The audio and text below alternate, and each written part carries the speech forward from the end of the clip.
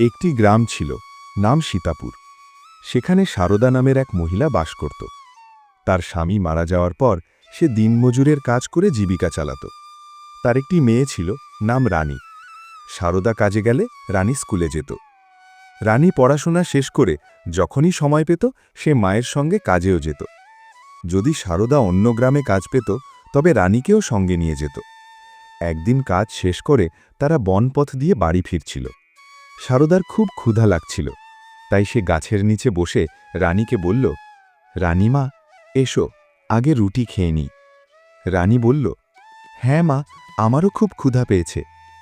মা মেয়ে খাওয়া শুরু করতেই এক বৃদ্ধা এসে বলল, আমি খুব ক্ষুধার্ত, 2 দিন ধরে কিছু খাইনি। সারদা তাকে নিজের 2টো রুটি দিল।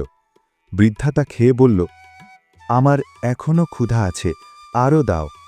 সারদা নিজের অংশটাও দিয়ে দিল। তখন রানী বলল, দিদা, আপনি খুব ক্ষুধার্ত মনে হচ্ছে, আমারটাও নিন। বৃদ্ধা সব রুটি খেয়ে জিজ্ঞেস করল, তোমাদের কাছে কি শুধু এতগুলোই ছিল? সারদা বলল, হ্যাঁ, আমরা বাড়ি ফেরার পথে খাবার জন্য মাত্র 6টা রুটি এনেছিলাম, এখন কিছুই নেই। আপনি খুব ক্ষুধার্ত হলে আমাদের বাড়িতে চলুন, আমি প্রতিদিন আপনাকে যত খুশি রুটি বানিয়ে খাওয়াবো। বৃদ্ধা হেসে হঠাৎ ভয়ঙ্কর রাক্ষসীতে রূপ নিল। রানী ভয় পেয়ে মায়ের কাছে লেগে দাঁড়াল। সারদা সাহস করে বলল, আমি কথা দিয়েছি, প্রতিদিন তোমাকে রুটি খাওয়াবো। যেদিন দিতে পারবো না সেদিন আমি আর আমার মেয়ে নিজে থেকেই তোমার কাছে আত্মসমর্পণ করব। রাক্ষসী রাজি হল। পরদিন থেকে সারদা প্রতিদিন অনেক রুটি বানিয়ে বনে নিয়ে যেত। রাক্ষসী খেয়ে বলতো, প্রতিদিন এমন গরম রুটি খাওয়াবে, নইলে তোমাদের খেয়ে ফেলব।